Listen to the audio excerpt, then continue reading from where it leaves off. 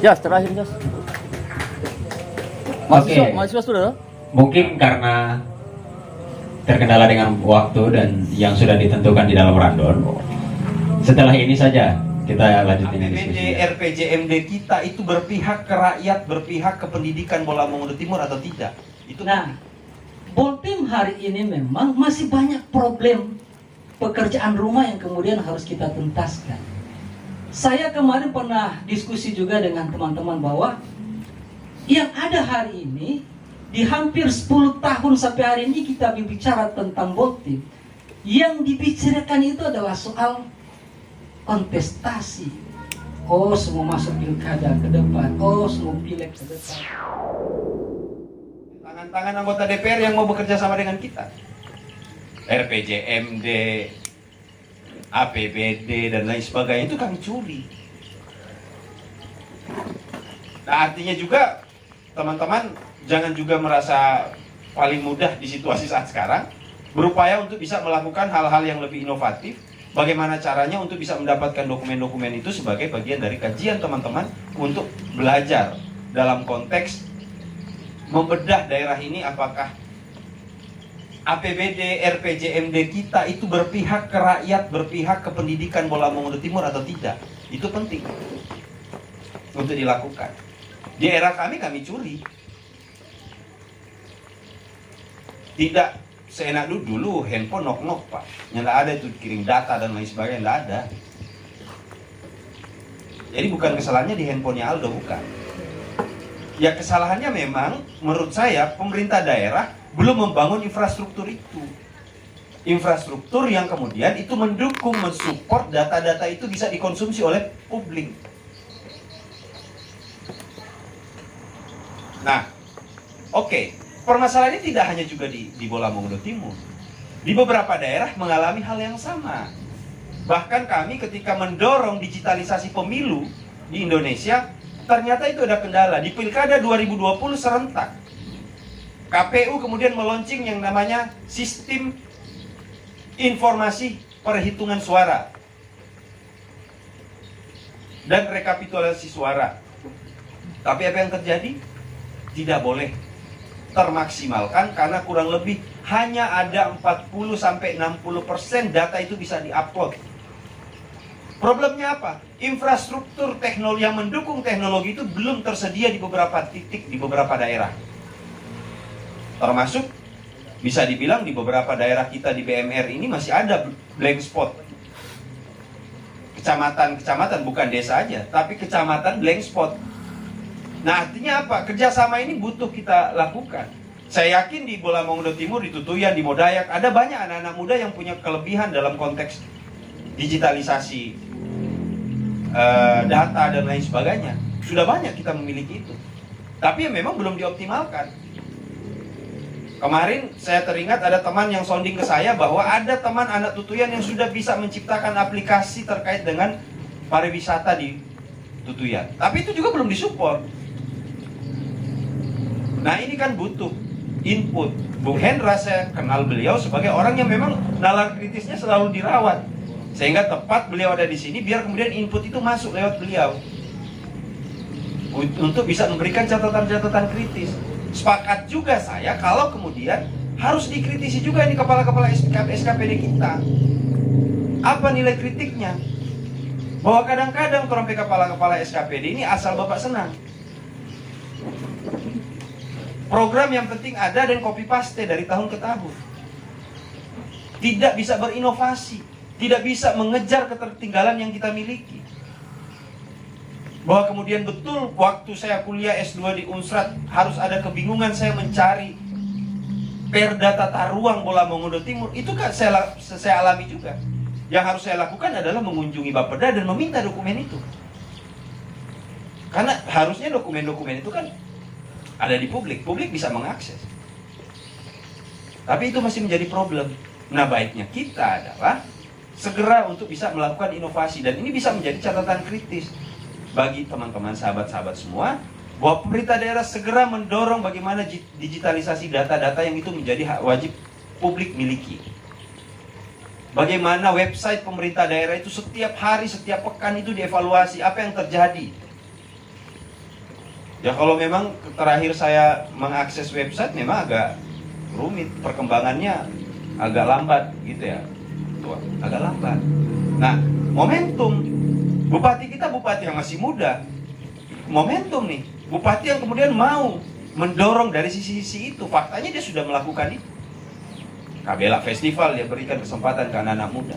Nah kan berarti beliau mau membuka ruang itu. Tinggal kita nih, mau tidak mendorong gagasan-gagasan ini ke level pemerintah daerah. Sehingga kemarin waktu dialog ini digagas, saya justru bilang, saya berharap ini adalah panggung sahabat-sahabat, bukan lagi panggung kami yang sudah mau senja ini. Panggung sahabat-sahabat untuk bisa memberikan sesuatu ke pemerintah daerah, memberikan input positif bagi pemerintah daerah. Itu ya, terkait dengan ya RPJMD dan kawan-kawan, dan bicara soal data dan lain sebagainya. Terkait dengan beasiswa, teman-teman IPMI, KPMI-BT, dan formasi, saya justru di forum ini mau mengkritik sahabat-sahabat. Di forum ini saya mau mengkritik jujur, mending saya terbuka bilang ini. Saya berharap teman-teman dalam setiap forum besar dan kemudian itu melibatkan banyak stakeholder di pemerintah daerah Bola Mongondo Timur, saya berharap teman-teman jangan hanya selalu bicara beasiswa dan asrama. Kenapa? Itu kewajiban mereka. 20% anggaran pendidikan itu wajib dianggarkan. Wajib dianggarkan. Jangan hanya selalu bicara, Pak, kami beasiswa, Pak, kami asrama, Pak. Toh saya juga kuliah tidak asrama, tidak beasiswa, walaupun cuma di Universitas Dumboga Kota Mobagu bisa selesai. Jangan berkecil hati atas itu. Dorong hal-hal yang lebih progresif. Ide gagasan itu yang saya tunggu. Ide gagasan dari teman-teman melakukan kritik, otokritik ke pemerintah daerah. Kami siap membantu. Dengan semua konsep yang kami miliki, dengan 100-200 mahasiswa yang kami miliki di FPMI, di KPMI-BT, bahwa kami mau untuk melakukan perubahan digitalisasi data. Mau tidak pemerintah daerah mensupport kami? Kami punya ahli-ahli orang yang hari ini kuliahnya di IT. Kami punya orang-orang yang hari ini kuliahnya di lingkungan, begitu. Gagasan itu yang kami perlu. Gagasan itu yang pemerintah perlu. Karena kalau selalu nggak bilang, Pak, beasiswa, Pak, wajib mereka. Undang-undang sudah bilang 20% dari total APBD itu wajib dianggarkan untuk pendidikan. Nah kalau tidak wajib, ini toki-toki jodoh, Pak, 20% Pak, 20%. Itu saja diingatkan. Undang-undang sudah bilang kok. Tetapi bagaimana dalam forum besar, forum terbuka, teman-teman punya gagasan. Bahwa KPMI-BT punya gagasan terkait dengan digitalisasi. Oh, itu yang kami tunggu. Ah, ini keren nih. Apa coba NTB gagasan? Bicara data. Iya, kami punya 50 mahasiswa yang hari ini kuliahnya di informatika.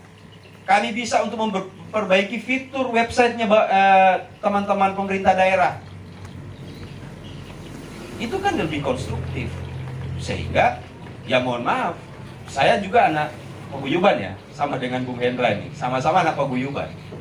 Saya tahu ada problematika terkait dengan ego sektoral teman-teman masing-masing yang ada di Manado, Minahasa, dan saya itu belum ketemu barang itu. Nah, dalam forum-forum seperti ini menurut saya wajib itu dipertemukan. Mau tidak kita punya gagasan yang sama. Berapa NTP mahasiswa di Minahasa, berapa mahasiswa di Manado Mijo. Teridentifikasi secara rigid siapa yang kuliah di A, siapa kuliah di B, siapa kuliah di C. Dan ini menjadi data yang dibutuhkan oleh Bung Hendro. Itu kira-kira. Ya, terkait dengan beasiswa itu, kalau saya sih wajib. Pemerintah wajib menganggarkan itu, tidak boleh tidak. 20% untuk dianggarkan. Selanjutnya adalah terkait dengan identitas dan lain sebagainya, soal bagaimana bahasa itu menjadi budaya dan alat pemersatu. Saya pikir ini butuh untuk kita dorong bersama. Kalau saya menyarankan, buatkan poin-poin penting dalam forum ini yang menjadi kesepakatan kita bersama. Teman-teman baiknya jangan dulu pulang lebih dulu. Buatkan forum tersendiri untuk menggagas poin-poin penting ini, biar forum ini tidak hanya sekedar forum baku dapa dan setelah itu bubar jalan dan ide-ide itu di masing-masing kita aja. Tidak digagas secara bersama untuk didorong ke pemerintah daerah. Didorong ke pemerintah daerah, poin-poin penting itu didiskusikan setelah ini. Terkait bicara soal iklim investasi, yang kemudian itu wajib kita dorong bersama. Biar kemudian kata Bung Hendra tadi, barang ini tidak hanya tertumpuk ke pemerintah daerah, tidak hanya tertumpuk pendanaannya di pemerintah daerah. Betul, itu butuh kolaborasi, butuh kekuatan bersama. Tetapi pertanyaan kita berikutnya adalah, yang butuh kita kritisi bersama juga, yang kita butuh dorong ke pemerintah daerah adalah iklim investasi ini sudah digaransi tidak oleh regulasi kita. Itu pertanyaannya. Contoh, ketika kita bicara soal investasi pariwisata, Riparda kita sudah selesai belum? Yang nantinya akan mempermudah investasi itu masuk ke kita. Kenapa? Tidak mungkin ada orang datang menginvestasikan dananya 1 triliun di Bolaang Mongondo Timur bahwa dalam sektor pariwisata, tapi dia hanya dijamin oleh bupati yang menjabat kurang lebih 5-10 tahun. Tidak mungkin. Dia bilang, "Loh, kita investasinya harus jangka panjang dong." Sehingga infrastruktur itu harus didukung oleh regulasi. Rencana tata ruang kita sudah selesai belum? Rencana detail tata ruang kita sudah selesai belum? Daya dukung lingkungan kita terkait pengembangan pariwisata sudah selesai belum? Kan hal-hal itu yang harus kita dorong ke pemerintah daerah. Percepat ini biar kemudian investasi datang. Biar kemudian tidak hanya akhirnya kita berdebat. Saya sepakat bahwa kemudian hari ini staf khusus ya, Bung Hendra mendorong terkait dengan percepatan BUMD itu penting untuk mempercepat juga pendapatan daerah. Tapi bagaimana dengan iklim investasi itu datang? Ya kita harus menggaransi. Mohon maaf, saya beberapa kali Bung Hendra diskusi dengan teman-teman terkait dengan rencana tata ruang. Rencana tata ruang kan ini ada waktu yang bisa dibuka untuk direvisi. Dan ternyata tidak hanya Bola Mongondo Timur.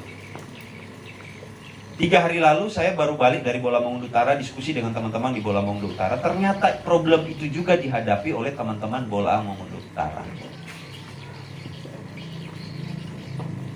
Saya khawatir sebagai putra daerah, anak Bola Mongondo Raya, bahwa ini jadi gawean politik agar kemudian semua tersumbat dari semua sisi yang kita punya untuk menggali nilai-nilai investasi atau nilai-nilai sumber daya alam yang kita miliki. Kenapa ketika ada sana, tunggu dulu, RT RW-nya nggak jelas. Dijadikan daerah industri sanakah, daerah apakah?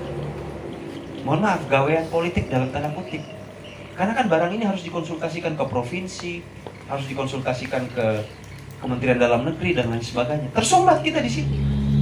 Problemnya tidak hanya kita ternyata. Ada beberapa daerah, termasuk kemarin saya diskusi dengan anak Bola Mongondo Utara, ketika mereka mau menggeser, mendorong percepatan wilayah industri Bola Mongondo Utara, terkendala dengan revisi rencana tata ruang yang belum selesai. Coba ini kenapa ya? Hampir sama. Saya di Boltim juga problemnya hampir sama juga. Saya khawatir ini jadi gawean politik bagi para elit untuk menghambat proses perkembangan daerah kita. Nah sehingga saya berpendapat dari awal bahwa betul barang ini harus dipercepat, peningkatan kapasitas pendidikan masyarakat Bola Mongondo Timur, bahkan Bola Mongondo Raya itu menjadi penting. Biar kita sudah banyak orang-orang pintar, sudah ada kampus-kampus yang mumpuni untuk bisa mengelola itu. Karena kalau tidak, orang ini dijepit dari semua arah. Mau politik, ekonomi, mau sosial budaya, mau apa, semua kita orang dijepit dari semua arah. Nah kalau kita tidak cepat sadar dengan itu, teman-teman yang berkuliah, bersekolah silakan teman-teman untuk melakukan itu secara baik. Timbalah ilmu itu sebanyak-banyaknya, berupaya untuk sampai ke level tertinggi. Ya walaupun itu pendidikan formal ya, itu pendidikan formal. Tapi kan negara ini mengakui yang sifatnya akademik untuk bisa dipertanggungjawabkan kepada publik. Nah itu saya pikir tambahan dari saya terkait dengan beberapa pertanyaan tadi. Yang jelas bahwa ini memang menjadi tanggung jawab kita semua. Kalau saya, betul kata Bung Hendra, jangan juga Nah kalau seandainya Pemda juga sudah punya gagasan ini, tapi kitanya tidak mau bergerak, mau apa kita?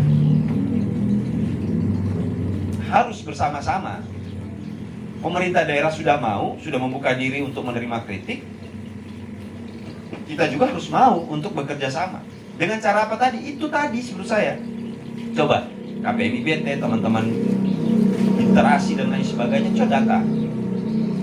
Ada enggak orang-orang yang kerjanya di IT, Bapak sama dengan mantan ketua umum KPMI BT Kadir Al-Habsyi ini kan jurusan elektronik komputer begitulah, tapi tidak termanfaatkan. Belum termanfaatkan, bukan tidak termanfaatkan. Dia lebih bermanfaat di kedai kopi karena meracik kopi dan lain sebagainya, tapi pengetahuannya belum termanfaatkan. Nah, kenapa kemudian kita tidak melakukan pendataan itu dan gagasan itu diberikan ke pemerintah daerah? Kalau problem pemerintah daerah terkait ketersediaan sumber daya manusia yang bisa membuat website, kami punya stoknya. Baik sudah alumni maupun masih sementara berproses di bangku kuliah. Punya stok 50 orang. Mau tidak? Kami akan update barang ini di website. Tapi saya selama ini belum menemukan itu loh. Teman-teman masih selalu bicara soal asrama-asrama. Artinya kalau bicara asrama, bicara tempat tidur. Itu kira-kira. Itu kritik saya. Tapi tidak apa-apa juga, kita saling TikTok untuk saling adu kritik kira-kira bagaimana saya, bagaimana Bung Hendra dan teman-teman sekalian. Itu saja dari saya, terima kasih. Ya, aplaus untuk Baik,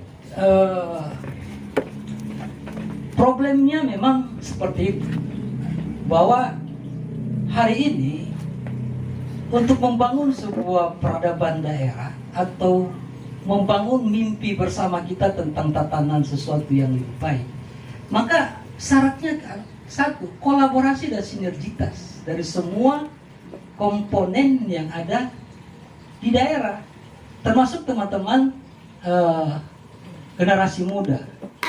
Karena saya bilang tadi bahwa tidak semua pekerjaan ini dibebankan ke dalam, bahwa memang secara legitimasi demokrasi dan kemudian sisi kewenangan dan kekuasaan itu kan tugas dari pemerintah daerah untuk kemudian menghadirkan apa yang menjadi kebutuhan masyarakat. Itu kewajiban konstitusional yang kemudian mutlak harus dipenuhi oleh siapapun hari ini yang berada pada kekuasaan pemerintah. Tapi satu sisi ada namanya kesadaran sosial masyarakat dalam konteks bagaimana memberdayakan dirinya dalam situasi yang ada. Nah, tentu di sini kemudian membutuhkan kesadaran kolektif kita sebagai masyarakat untuk berkontribusi secara positif. Saya sepakat tadi bahwa apa sih yang kita punya hari ini? Ya sudah, kalau pemerintah dengan keterbatasan segala sumber daya yang dia miliki, keterbatasan anggaran, keterbatasan kemampuan manajerial dan lain sebagainya, kemudian mentaliti pengelolaan tata kelola pemerintahan itu masih kemudian dalam tanda kutip kita ragukan, maka kemudian saatnya hari ini partisipasi masyarakat itu kita butuhkan, termasuk dari kelompok-kelompok generasi muda yang kreatif. Nah, Boltim hari ini memang masih banyak problem pekerjaan rumah yang kemudian harus kita tuntaskan. Saya kemarin pernah diskusi juga dengan teman-teman bahwa yang ada hari ini, di hampir 10 tahun sampai hari ini kita berbicara tentang Boltim, yang dibicarakan itu adalah soal kontestasi. Oh, semua masuk pilkada ke depan, oh semua pileg ke depan. Iya, memang. Tapi jarang kita berbicara tentang apa sih kemudian inovasi yang bisa kita lakukan dalam konteks masyarakat. Di tingkatan desa kemudian, ya kemarin saya lagi-lagi kemarin waktu Big Innovation Government yang diadakan, karena memang secara nasional itu ditutup semua daerah untuk melakukan pagelaran inovasi daerah, pekan inovasi daerah di Menggalak, itu kemudian dikompetisikan bahwa siapa yang punya inovasi-inovasi, anak-anak muda, siapapun dia di masyarakat yang memiliki inovasi-inovasi itu kemudian dimediasi dia untuk dipresentasikan.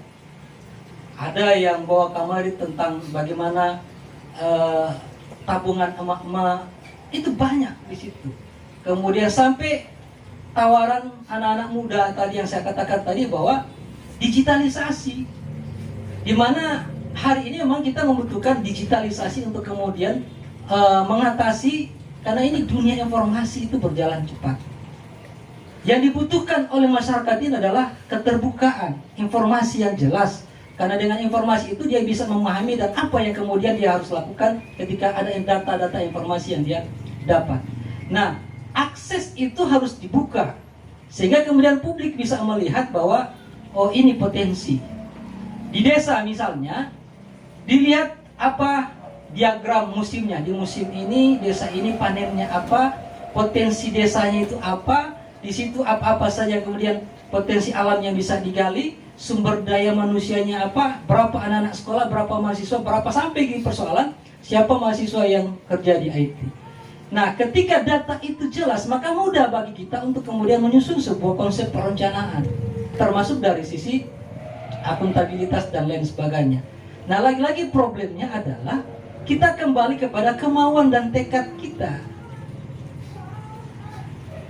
bahwa kemudian saatnya kita mendorong manajemen pemerintahan itu untuk kemudian bergerak cepat untuk mengantisipasi apa yang menjadi keinginan masyarakat, tidak hanya secara konvensional. Visi misi di musyawarah musrembang kabupaten dibuat dokumennya sama di tingkatan desa, musrembang desa, kemudian musrembang RKPD dan sebagainya. Di kabupaten juga begitu, lahirlah dokumen perencanaan, renja dan sebagainya, kemudian diimplementasikan evaluasi. Itu konvensional. Harus ada sebuah inovasi yang kemudian bisa secara, karena di dunia informasi ini kan cuma dua yang dibutuhkan, efektivitas dan efisiensi. Bagaimana orang cepat mendapatkan data dan informasi terhadap sesuatu, dan bagaimana sesuatu yang dapat itu efektif, efisien dia dalam sisi pengolahan, pembiayaan dan lain sebagainya. Sehingga kemudian dengan itu pergerakannya itu bisa menjadi cepat. Maka kemudian saya juga menyarankan hari ini agar kemudian gagasan dan ide kita tidak habis dalam diskusi-diskusi semacam ini. Harus ada outputnya yang jelas. Gitu. Jujur kemarin ketika saya dipercayakan Bupati sebagai staf khusus, itu kemudian saya merubah pola staf khusus yang kadang-kadang staf khusus ini kan dia bilang cuma jadi penampungan bagi veteran-veteran politik kan ada berjuang. Itu biasanya begitu. Karena supaya dibuatlah suatu kanal sendiri untuk menampung mereka-mereka yang kemudian. Tapi kemudian saya pikir kok hanya semacam itu. Nah, sehingga bagaimana kemudian merubah itu? Sudah, kita buatkan semacam rule model bahwa staf khusus dalam setiap bulan itu harus ada gagasan-gagasan yang bersumber dari apa yang menjadi aspirasi di tingkatan bawah, kita rumuskan, kita sesuaikan, dan apa yang menjadi visi bupati sebenarnya kita sinkronkan di situ. Lahirlah semua ide dan gagasan, kita rumuskan dalam bentuk telan staf, itu yang kita tawarkan ke bupati. Nah, semacam ini sebenarnya dari diskusi ini banyak sudah gagasan, ide, pemikiran yang kemudian mengalir, dan bagi saya ini adalah ide-ide cerdas yang kemudian ini harus terkonfirmasi ke dalam sistem kebijakan pemerintah daerah. Sehingga memang betul sepakat tadi bahwa coba rumuskan sebuah gagasan yang lahir dari pikiran-pikiran teman-teman, sahabat-sahabat mahasiswa, paguyuban, anak-anak muda, tentang kegelisahan tadi, bahwa memang kita harus gelisah dengan keadaan ini. Dengan kegelisahan itu muncul daya kritis kita, dengan itu kemudian ada gagasan ide yang hendak kita tawarkan kepada para pemangku kepentingan, para pengambil keputusan. Kalau dulu di zaman kita itu ya sudah sederhana, kita demo aja pemerintah. Dulu di zaman kita, tapi hari ini itu bergeserannya sudah kita pakai kolaborasi, sinergitas, konstruktif. Ini kreativitas kita, bagaimana kemudian kepedulian pemerintah terhadap bentuk dari kreativitas yang kita miliki. Sehingga ini perlu kemudian didorong ini agar kemudian masuk dia menjadi mengintervensi dalam cara berpikir pemerintah kita untuk kemudian segera merealisasikan apa yang menjadi kebutuhan kita bersama. Peran kita sederhana semacam ini sesungguhnya, karena cara konvensional biasakah dalam merumuskan perencanaan suatu daerah kan cuma kayak gitu. Sudah, anggaran tiap tahun anggaran ada. APBD dirumuskan, musyawarahkan, lahirlah perencanaan, kemudian diturunkan ke dalam renja pagu indikatifnya di tiap SKPD, pagu indikatif kemudian kan. Nah, problem kita hari ini adalah kita dengan anggaran APBD yang ada, kita sudah cukup puas. Pada akhirnya kan cuma bergantung kepada APBD. Tapi banyak sentra-sentra produktif lain yang kemudian bisa kita kembangkan untuk kemudian menghadirkan sumber-sumber pendapatan bagi daerah dalam rangka pengelolaan daerah itu sendiri. Selain akses terhadap sentra-sentra produktif, maka kemudian tadi kerjasama dengan sektor swasta. Nah, lagi-lagi saya juga sepakat tadi bahwa iklim investasi juga harus dibuka. Bagaimana kemudian para investor itu mendapatkan kemudahan ketika dia masuk berinvestasi. Kemudian kenyamanan bagaimana dia berinvestasi, lalu kemudian jaminan-jaminan dia terhadap bagaimana kehidupan investasi yang kemudian dia investasikan itu juga menguntungkan dalam jangka panjang bagi kepentingan produktivitas dia. Sehingga memang regulasi kita harus jelas. Nah, kemarin juga waktu di musyawarah perencanaan kabupaten, kami staf khusus sudah merekomendasikan untuk meninjau kembali semua regulasi yang ada. Kita tinjau ulang ini regulasi. Mana regulasi yang sudah out of context, tidak lagi sesuai dengan konteks zamannya, maka direvisi itu untuk disesuaikan. Mana yang kemudian belum, tapi kemudian dalam konteks realitas kita butuhkan, mari kita buat regulasinya. Agar kemudian ini ada payung hukum yang jelas sebagai jaminan secara regulasi untuk kemudian kepentingan kita dalam perencanaan pembangunan yang ada. Sebab nyandak tiba masa, tiba ide. Pada akhirnya perencanaan tergantung pada, sudah sesuaikan dengan anggaran, sesuaikan dengan ini, sesuaikan dengan tingkat, sehingga tidak matang kita dalam merencanakan suatu pembangunan daerah. Nah, pola-pola semacam ini sebenarnya ini sudah harus kita rubah. Ini harus kita dorong ke pemerintah daerah untuk merubah sistem pelayanan pemerintah dari sisi tata kelola administrasi pemerintahnya, kebijakannya, dan kemudian bagaimana mendorong kreativitas dan inovasi dari masing-masing SKPD yang ada, agar kemudian tidak hanya bergantung pada APBD yang inovasi. Apalagi 3 tahun kemarin kita dihantam badai COVID, itu APBD kita pengurangannya 57 miliar kita karena digelontorkan untuk anggaran COVID. Ini problem yang kemudian dihadapi oleh kita hari ini di daerah, yang saya pikir juga ini harus kita pikirkan bersama, agar kemudian bayangan kita dengan bagaimana kita menata hari ini itu bisa sesuai dengan apa yang menjadi harapan kita bersama. Sehingga kita bisa membayangkan 5 tahun, 10 tahun, 20 tahun, 100 tahun Boltim ke depan akan seperti apa sebenarnya kemajuan kita hari ini dengan bagaimana kita mengadaptasi terhadap pola perkembangan zaman kita hari ini. Maka memang digitalisasi itu penting untuk segera kita dorong. Big data kita dalam skala kecil, saya kata-kata di big data, karena semua sumber perencanaan tergantung pada data, termasuk data potensi desa, data kemiskinan, data dan sebagainya, agar kemudian kita mudah mengintervensi itu disesuaikan dengan ritme kebijakan prioritas dan kemampuan anggaran daerah. Kita bisa mengintervensi tepat guna, tepat sasaran, tepat bentuk, kemudian tepat waktunya untuk kemudian memiliki dampak yang jelas terhadap perubahan dan apa yang menjadi yang diharapkan oleh masyarakat. Ini barangkali dari saya. Nah, terkait dengan bagaimana melestarikan budaya. Pendidikan itu sebenarnya adalah kebudayaan.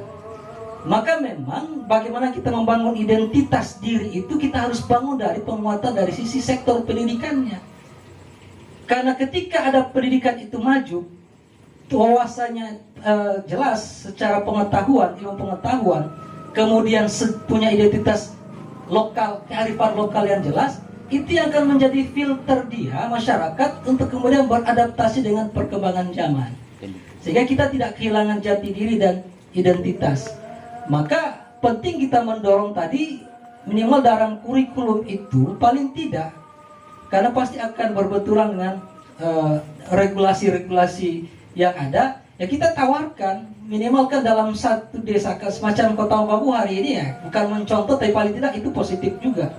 Ada namanya satu hari berbahasa Mongondo di sekolah, di masyarakat, di sentra-sentra pendidikan, di pemerintahan dan lain sebagainya. Itu kemudian bisa kita lestarikan.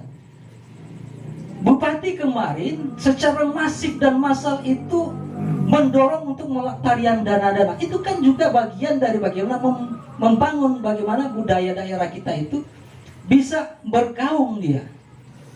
Nah, ini sebenarnya harus kita tangkap bahwa sesungguhnya di pikiran Bupati hari ini sudah ada keinginan-keinginan itu yang kemudian kita dorong tertransformasi ke dalam sistem pola kebijakan pemerintah yang kemudian itu harus didorong juga oleh masyarakat yang ada.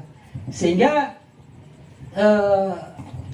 saya pikir diskusi hari ini sangat menarik sebagai sebuah lompatan kita untuk memberikan kontribusi positif bagi pemerintah daerah.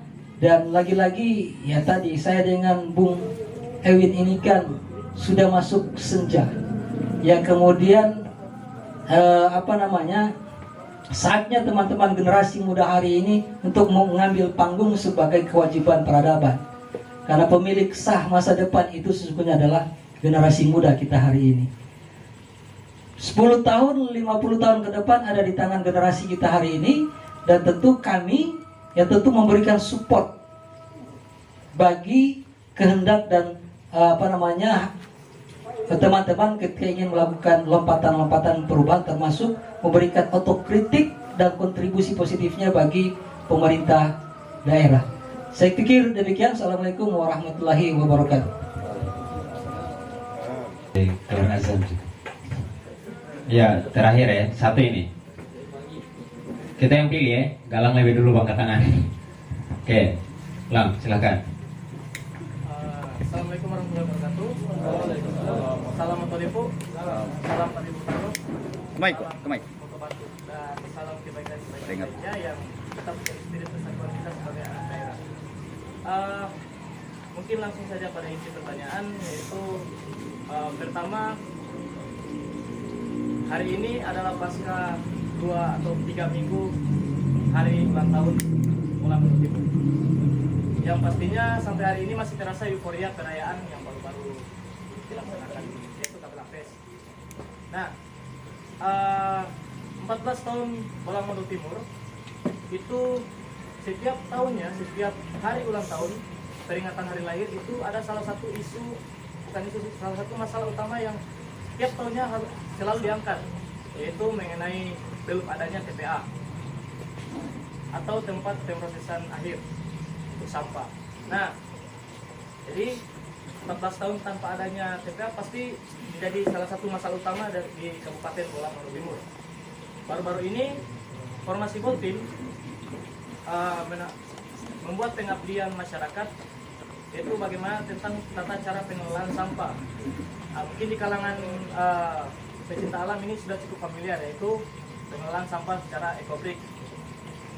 Formula ini saya rasa bisa menjadi solusi kecil untuk masalah belum adanya TPA. Nah, pertanyaannya, pasti semua bisa lihat isu masalah yang terangkat di media sosial itu tentang belum adanya TPA. Nah, pertanyaan saya yaitu sudah sampai tahap manakah untuk pengadaan TPA di Molang Timur? Nah, yang untuk kedua, dua pertanyaan nih, boleh Pak? Nah, jadi masalah-masalah yang di Boltim mungkin bisa mahasiswa atau yang sudah bergelar bisa berikan solusi. Nah, jadi misal ada perpustakaan daerah, saya harap perpustakaan daerah bisa menyediakan ruang yang bisa menyediakan arsip-arsip dari hasil riset atau hasil penelitian dari setiap mahasiswa yang kelar, yang sudah bergelar. Jadi semisal di bidang IT, mungkin ada hasil riset dari mahasiswa IT yang bisa diterapkan oleh pemerintah daerah untuk menyelesaikan setiap problem IT yang ada di daerah.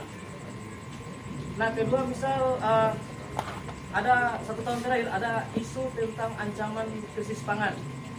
Nah, mungkin juga solusi untuk menangkal ancaman itu, walaupun itu hanya berupa isu, bisa jadi ada dalam salah satu hasil riset dari mahasiswa pertanian untuk meningkatkan sektor pangan, untuk membantu sektor pertanian. Mungkin hanya itu. Akhir kata, assalamualaikum warahmatullahi wabarakatuh. Waalaikumsalam warahmatullahi wabarakatuh. Mau langsung dijawab, langsung? Oke, kita mulai dari Kak Hendra dulu.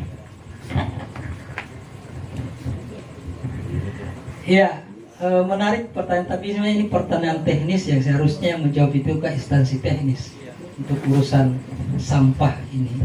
Memang itu menjadi problem utama kita.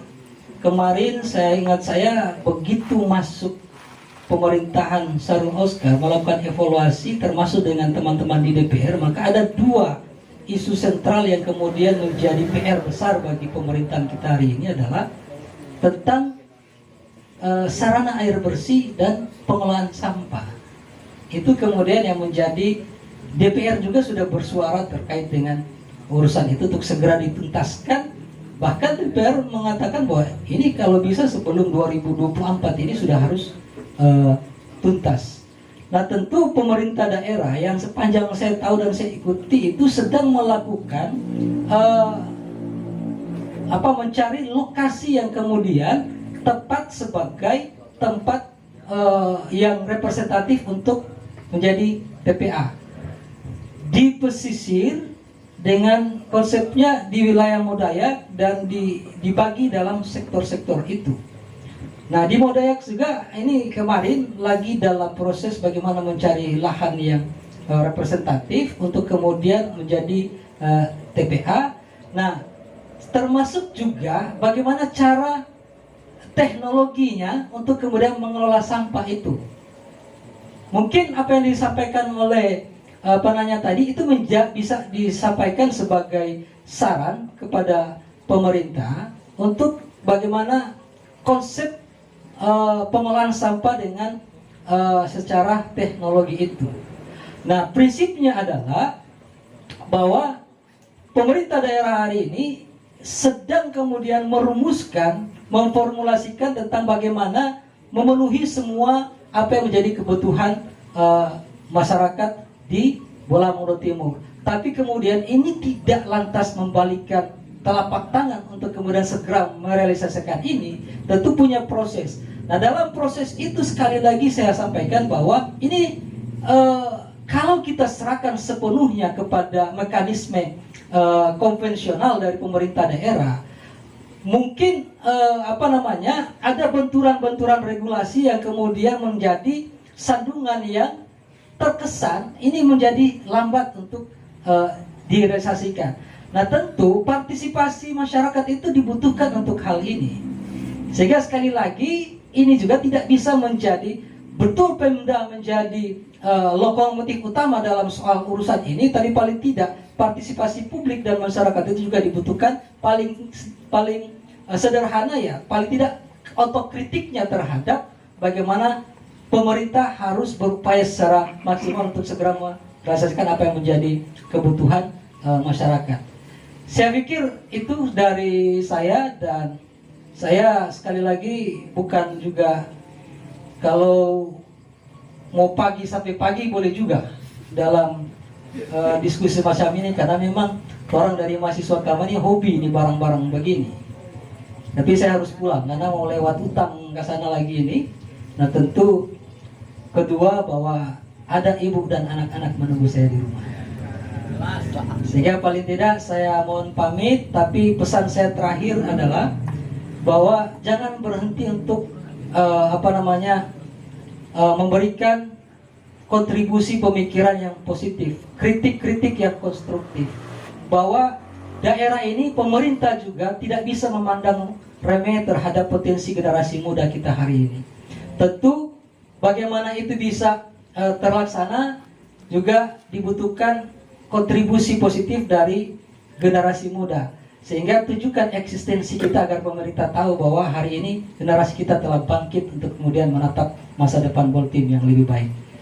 Syukur bantu, salam talibut tamlok, Allahumma fiq ila aqwamit thariq, bila taufiq wal hidayah. Assalamualaikum warahmatullahi wabarakatuh. Iya, Kak Ewin mau menanggapi? Ya, Bung Hendra tadi sudah langsung closing statement, minta pamit untuk bisa pulang ke Modayak. Saya sih menilainya dari sisi kendala yang saya yakin ini dihadapi oleh pemerintah daerah. Apa itu? Rencana tata ruang kita tidak selesai. Lihatnya dari sisi itu. Kalau sudah ini menjadi masalah yang sudah diperhatikan dan diseriusi, saya yakin sudah. Karena kan dinamika ini tidak hanya ditemukan di saat sekarang, tapi dinamika dan diskusi terkait dengan TPA ini sudah lama bergulir sebenarnya.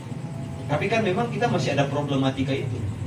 Kemarin saya sempat ingat bahwa diskusi dengan Kepala Bapeda, katanya mau ditaruh di ada HGU di Dodap itu, di Banto. Tapi problemnya adalah ketika itu akan dibuatkan AMDAL, akan dibuatkan rencana daya dukung lingkungannya. Problem karena rencana tata ruang kita, wilayah pesisir itu adalah wilayah konservasi. Berarti tidak boleh ada pencemaran dari di atas untuk dikirim ke daerah konservasi itu. Nah, hal-hal ini yang memang butuh kita kasih input ke pemerintah daerah. Nah, butuh solusi-solusi jangka pendek ini kan. Butuh solusi-solusi jangka pendek terkait dengan bagaimana sampah. Saya saja di rumah itu sampahnya akhirnya harus dibuang di bank sampah yang disediakan oleh Bank Sulut di mana itu, di Togit. Akhirnya saya harus jauh-jauh ke bank sampah untuk membuang sampah itu. Yang harusnya fungsi bank sampah bukan untuk mau buangkan sampah sebenarnya kan. Dia hanya bank sampah memilah sampah-sampah yang masih bisa dikelola dan seterusnya. Nah, memang butuh solusi jangka pendek sebelum situasi ini semakin kondusif dan bisa terkendali. Artinya rencana tata ruang selesai, Pemda sudah bisa leluasa menentukan lokasi mana yang nanti akan dijadikan TPA dan seterusnya. Nah, itu yang saya bilang tadi. Dinas-dinas kita harus ada inovasi. Karena kemarin saya waktu diskusi dengan Kepala Dinas Lingkungan Hidup, dia bilang kita Pekerja itu tiap minggu mau lama pulang kita karena masih bakar-bakar sampah di titik-titik tertentu. Saya bilang, masa Kepala Dinas Lingkungan Hidup kan kerja cuma bakar-bakar sampah. Yang sebenarnya kan membakar sampah ini kan juga polusi, tidak diperbolehkan, gitu kan? Karena asap pembakaran sampah itu tidak baik bagi ozon, gitu kan? Itu terungkap, Pak. Iya, saya akhirnya setiap minggu harus menahan diri untuk cepat pulang ke rumah karena memang saya harus menyisir dari Buyat sampai Modayak, melihat sampah-sampah yang di pinggir jalan untuk dibakar. Saya bilang, Pak, ini Bapak tugasnya dibakar-bakar sampah. Nah, harusnya menurut kita ada inovasi atau ada gerak jangka pendek yang bisa dilakukan paling tidak untuk solusi sementara bagi masyarakat kita yang memang ada keluhan. Di mana titiknya? Ya itu disampaikan Bung Hendra, harusnya ini sudah di teknis. Bagaimana inovasi pengolahan sampah itu di sampah rumah tangga itu bisa dilakukan dengan teknologi atau dengan cara-cara yang tidak harus membawa gini kan. Sampah rumah tangga ini baiknya dikelola untuk jadi apa? Apakah dikasih makan ke apa itu Den? Ulat yang maggot. Kan itu bisa jadi solusi. Setiap rumah tangga memelihara maggot biar sampah-sampah sisa makanan dan lain sebagainya itu dikasih makan ke maggot. Ada nilai ekonomis yang keluar. Bagaimana dengan sampah plastik? Oh, bank-bank sampah tiap desa diaktifkan biar kemudian bisa dijual. Hidroponik dan kan banyak caranya, bukan cuma bakar sampah ini barang. Itu kira-kira kritik yang kemarin saya mungkin ada teman-teman yang masih sempat menyaksikan itu saya sampaikan di Pak, Bapak PKD pun cuma membakar sampah. butuh solusi dalam jangka waktu dekat. Saya tahu, saya sadar ada problem yang pemerintah daerah hadapi, yang itu butuh waktu untuk bisa diselesaikan. Nah, kita butuh nih jangka pendeknya apa yang bisa kita lakukan. Itu kira-kira teman-teman sekalian. Itu saja, terima kasih. Ya, terakhir Jas. Oke. Mahasiswa sudah? Mungkin karena terkendala dengan waktu dan yang sudah ditentukan di dalam rundown, setelah ini saja kita lanjut dengan diskusi biasa. Dan mungkin sudah ditentukan sebenarnya tadi jam 5:30 itu terus kelar. Karena orang ada molor juga setengah jam, jadi harusnya dia habis maghrib. Tapi ini habis isya kok, Mang. Lebih lama lagi. Dan Kak Hendra juga masih mau balik kan? Oh iya. Mau daya.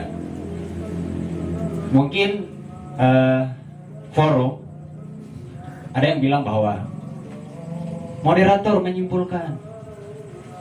Hari ini dengan tegas silahkan forum yang menyimpulkan apa-apa yang kiranya jadi penyampaian oleh narasumber. Biar forum sendiri yang menyimpulkan apa yang telah dipaparkan oleh narasumber. Dan kiranya kepada Kak Hendra, Bagaimana kalau udah kesimpulan itu orang uangkan di MOU? oh ya bisa. Kalau mau MOU dengan dorang, Nah, bukan. Oh. Maksudnya begini, kalau saya sih sebenarnya sudah buatkan aja forum apa ya?